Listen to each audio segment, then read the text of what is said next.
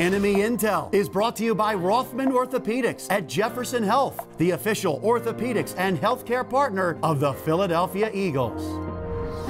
This week, the Eagles travel to London to take on the Jacksonville Jaguars, who, like the Eagles, are 3-4. The Jaguars are still a very good defensive team despite the record. Keep in mind, 1 year ago, they had 55 quarterback sacks, the second highest total in the NFL. And the large majority of those sacks were generated by the defensive line. Percentage-wise, by NFL standards, they are not a big blitz team.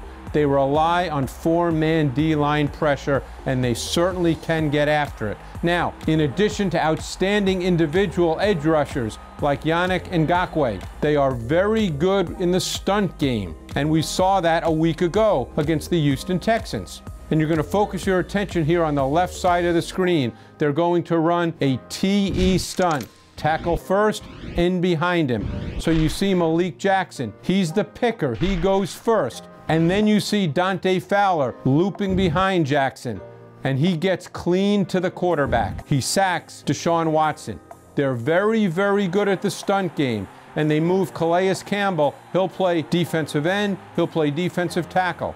Now Fowler, who just made that sack that we saw, he's one of their pass rushers with Ngakoue on the outside. And Malik Jackson, he's also an excellent pass rusher. So this is a team that can effectively rush the quarterback with 4. That's the most critical component of this Jaguars defense.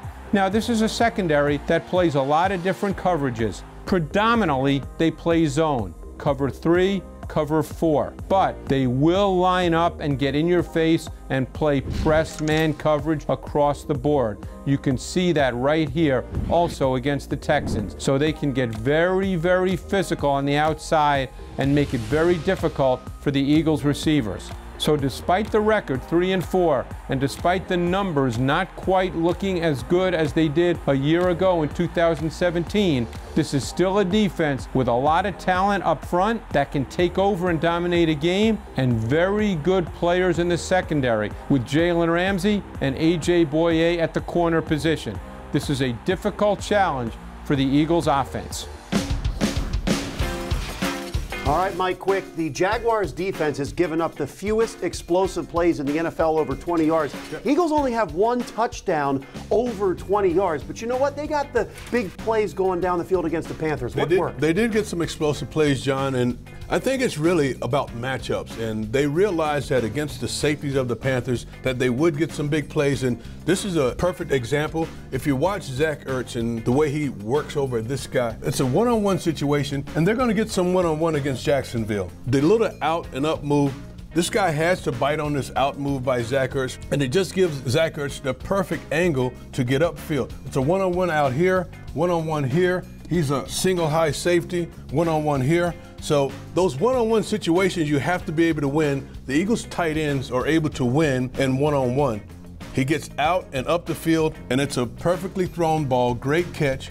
But they had several plays like this. Alshon Jeffrey had one against an inferior corner where they were able to get the same type of thing as tight coverage, but both these guys can go up and win on a 50-50 pass. Now, everybody talked about the Eagles' defense giving up the 21 points in the fourth quarter, but the offense, they only scored 17.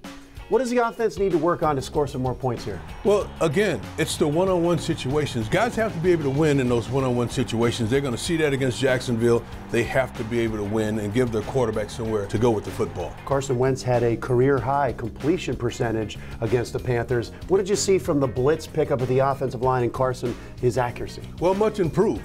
And whenever a receiver was hot in that game, they recognized that they were hot. They made themselves available for Carson Wentz, and that's a real key to the blitz. The offensive line did a better job of picking up the blitz, and the hot receiver has to realize that I've got to be available for him when they're blitzing.